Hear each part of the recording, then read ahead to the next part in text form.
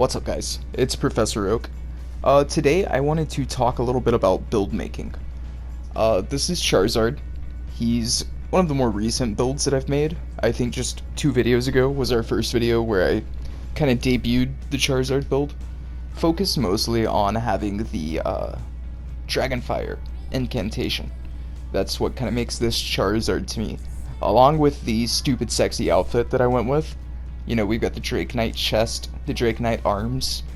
This is the Sage hood, along with Bull Goat legs to just give us a little, a little poise. We've got 61 poise on this build. Yeah, super awesome build. So I wanted to talk a little bit about like how I come about making builds. This might be a pretty rambly video, but I think if you stick around, there might be something to learn from it. So, like I said, Dragonfire was the spell that I kind of started with in my head. So I had a spell in my mind that I wanted to utilize at a pretty decent, level of functionality. So that's the core of how I made this build. So knowing that I would need Arcane and Faith for this spell, that's what we started to realize our build was going to need to be. With that being said, Arcane's a pretty, touchy subject for a lot of the community. Me personally, I don't give a shit about what the community thinks about any build that I'm gonna make. I may have at times, and, I may do certain things like keep within tournament legal bounds, or just not use things that I don't have fun playing with. But let me give you some advice straight from the mouth of the professor. Don't give a shit about what the community thinks, and, it's so cool that Moonveil was on screen while I'm saying this, because, I have a build with Moonveil. It's probably in one of my recent videos, maybe. If not, you can find it on TikTok and Twitter. I love Moonveil. I love, as you see on this build, Rivers of Blood.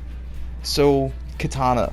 That's something, that I've since before Elden Ring, the community would say katanas are the weeb weapon, Kind of make fun of it.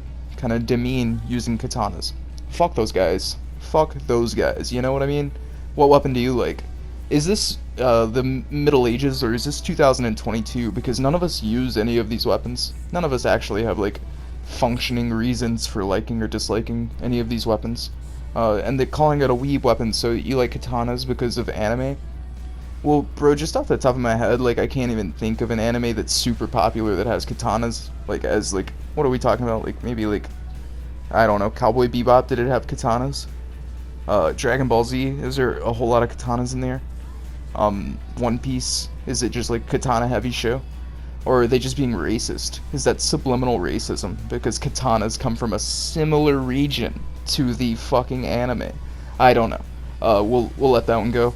We'll let a lot of the hate speech go when we're making builds in Elden Ring. We'll let a lot of the regressive mindsets, we'll let that go. The judgment. Because what those people are telling you is if you build your build this way, I don't know how to beat that. There are things in this game I don't know how to beat, and you shouldn't be using them. That's what they're saying to you, bro. So that's a big thing you could, quote me on that. But yeah, so point being, Arcane Faith is what we went with. We slapped Rivers of Blood for a hard swap finisher. We're using bloody broadswords. The reason I went with broadswords is because they're going to do the most flat damage, base damage. With Blood Infusion, they do about 306 AR, as well as building that bleed. When a Phantom or the host kind of scraggles away from my L1s with the swords, I have the option to hard swap to a Rivers of Blood to get a little range, a little extra blood loss build up.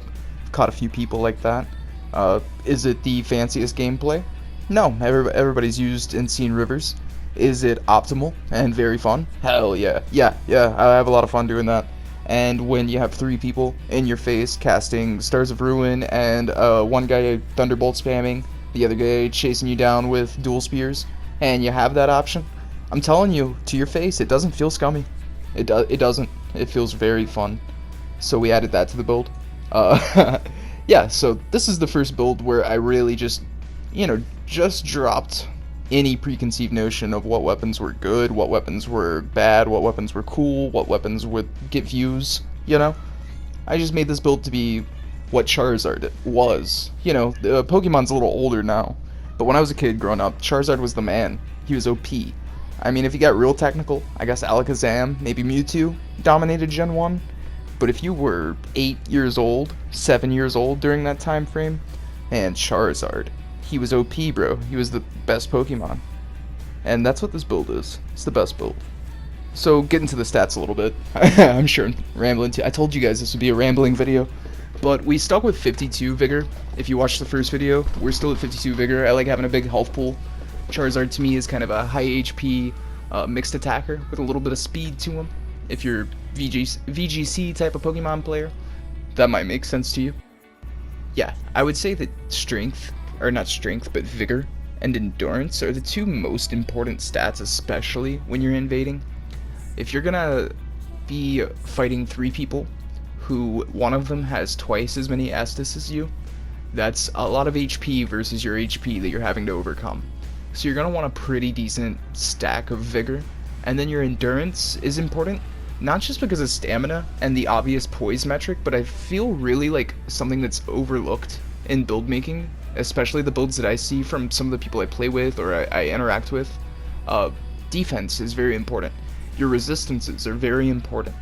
I haven't heard this said before, really. This is just something I've noticed players doing, and I do myself.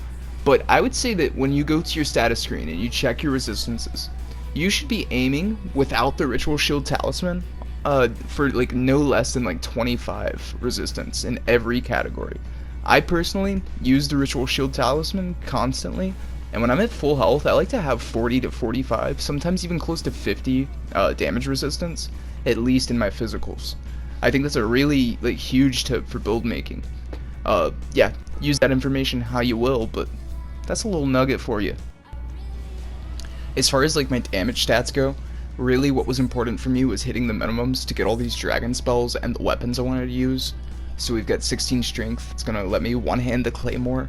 We've got 18 dexterity, that allows me to have the Rivers of Blood requirements met, so I've got that as a hard swap. And then into the faith and dexterity. Faith is at 28 because I needed to have 28 faith to use Grail's Roar. It's the only reason it's that high. It does help with the scaling on the Dragon Communion, speech impediment, couldn't go a video without it, Dragon Communion seal, but Arcane does a bit better, so after 28 we just dump the rest of the stats into Arcane, so we're sitting at 28-30 for the Arcane split. Seems to be great. Dragonfire seems to pretty much shit on everybody. Yeah, not having any issues with our damage. This seems to be at least mostly finished. This is, we'll call it Mega Charizard.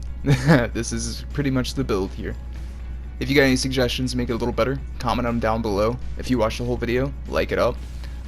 Yeah, don't give a shit about the internet's comments about your build. Make what you love. Love you guys. Smell you later.